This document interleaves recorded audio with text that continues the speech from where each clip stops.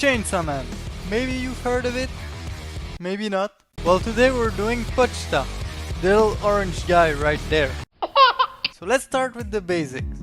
So first, let's grab a reference image. Then add some basic shapes to make the base mesh. So let's take a cylinder and bevel the edges.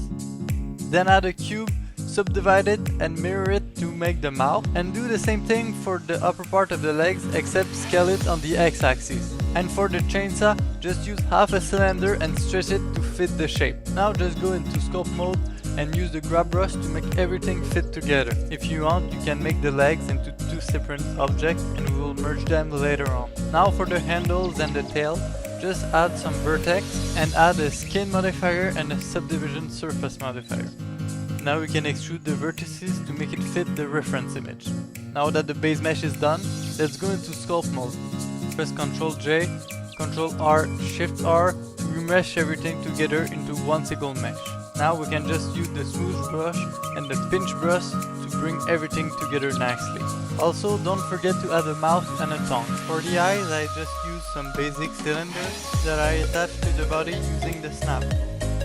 But now we need to add the teeth of the chainsaw. For that, select the loop around the chainsaw and press Shift D, P, separate by selection. Then go to Object, Convert to Curve. We will create two types of teeth for the chainsaw. One that is a cube with a big pyramid and one that is a cube with a small pyramid. Now join the two types of teeth and add an array modifier and a curve modifier with these settings.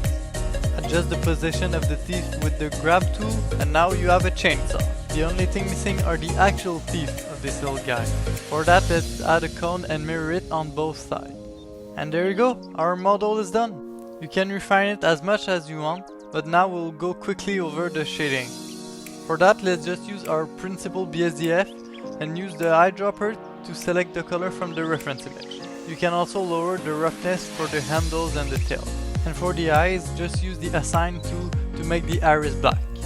And finally, here's a quick look of my rendering scene. So yeah, this is it. I know there could have been some better ways of making this tutorial, but I'm still learning and I love sharing what I've learned. So yeah, thank you so much for watching and tell me what you want to see next. Ciao!